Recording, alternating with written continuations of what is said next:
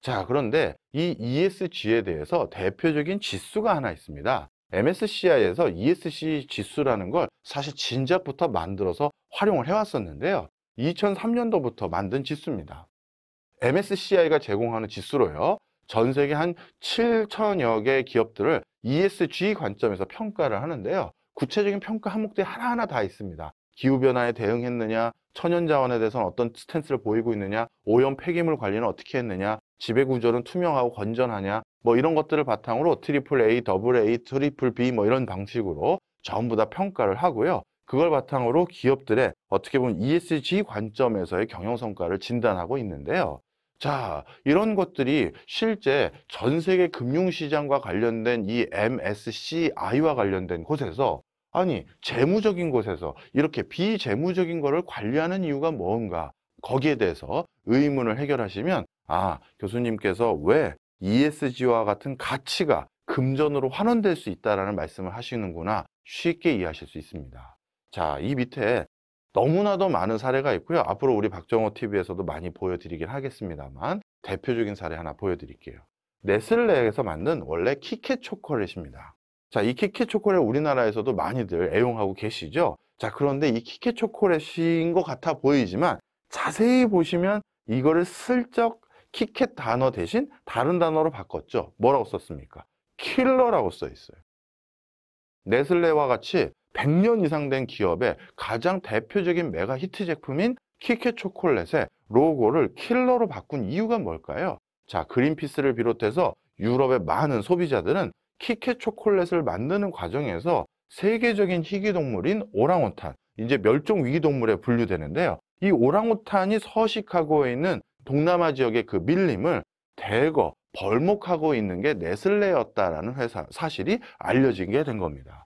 그 뒤로 이 유럽의 많은 소비자 단체들은요, 키캣 초콜릿 불매 운동과 네슬레를 지탄하는 운동을 계속해 왔고요. 처음에는 네슬레 측에서도 이런 운동은 그냥 일시적인 거나 아니면 이런 운동을 하다가 말겠지 하면서 터부시 여기고 대응하지 않았었습니다. 그런데 이 SNS가 보편적으로 네트워크가 구축된 요즘 세상에서 비밀은 없고요. 이런 것들에 대한 소문과 이런 것들에 대한 메시지는 더욱더 증폭될 수밖에 없습니다. 그래서 결국은 어떻게 됐느냐? 네슬레가 처음에는 일괄적으로 무시하거나 심지어 이런 자신의 로고의 가치를 훼손시켰던 이 시민사회 단체에 고소를 했다가 오히려 된통 호되게 당한 적이 있고요.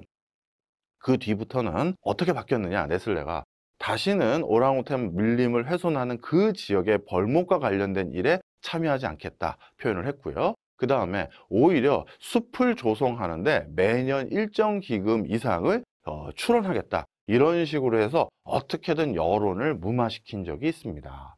바로 환경보호, 그 다음에 고객에 대한 목소리, 이걸 등한시해서 쓸 때 실질적으로 과한 비용 지출, 그 다음에 회사 매출의 급감, 이런 것들이 일어날 수 있다는 걸 확인시켜준 대표적인 사례죠. 그런데 이게 실제 더더욱 재무적인 상태에서도 아주 직접적인 이득을 줍니다. 이 도표는요, ESG와 관련된 펀드와 일반 펀드의 총 수익률을 비교한 내용입니다. 자, 보시면요, ESG와 관련된 펀드를 운용했었을 때 5년 수익률과 3년 수익률과 그 다음에 ESG와 관련이 없는 회사들을 운용했었을 때 5년 수익률, 3년 수익률을 비교해보면 수익률의 자체에서도 적지 않은 성과 차이가 있다는 걸 알 수가 있죠. 회사의 어떤 펀드라는 게 뭐겠습니까? 어떤 회사에 투자해서 그 회사로부터 이득이 생기면 아니면 그 회사의 가치가 올라가서 주가가 오르면 그것으로 인해서 수익을 창출하는 곳이죠. 따라서 ESG를 추종하는 회사들이 그렇지 않은 회사보다 훨씬 더 유의미한 금전적인 성과를 얻고 있다는 걸 확인할 수가 있죠. 다른 데서도 다 마찬가지입니다. 정도의 차이만 있을 뿐이지 거의 다 똑같다 이렇게 보시면 되겠죠.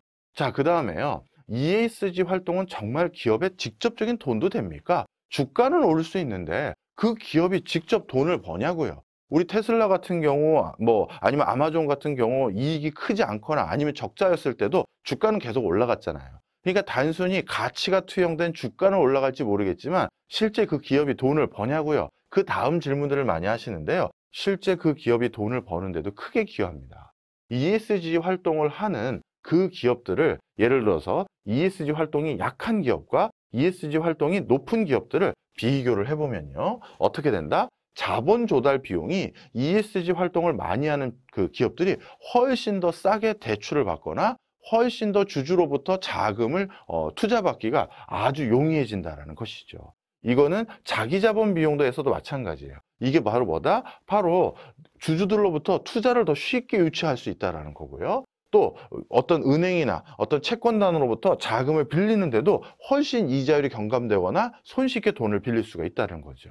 이거는 전 세계 시장뿐만 아니라 신흥국에서도 마찬가지입니다. 그래서 ESG와 관련된 활동은 단순히 선진국의 일정 수준 이상 올라간 기업들만 수행하는 것이 아니라 지금 가장 핫한 신흥국에서도 이렇게 ESG 활동이 직접적으로 돈이 되는 일이구나라고 해서 가장 관심을 많이 두고 있다라고 보시면 될 것 같아요. 자, 그러면 마지막입니다. ESG를 어떻게 해야 되나요? 자, 그거는 가치입니다. 가치. 자, 우리가 여러분들이 믿고 계신 가치는 어떤 겁니까? 정말 다 다르죠. 종교적 가치도 있을 거고요. 어떤 사람은 인류애적인 가치도 있을 거고요.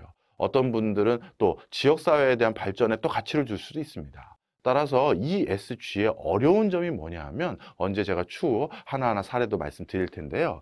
가치라는 것은 지역마다 다르고 회사가 어떤 분야에서 활동하느냐에 따라 다르고 그리고 그 국가가 가지고 있는 문화 공동체의 가치가 또 다릅니다. 그러다 보니까 그 가치를 실현하고 그 가치를 구현하는 방식도 많은 회사마다 전반적으로 다 다를 수밖에 없는 것이죠.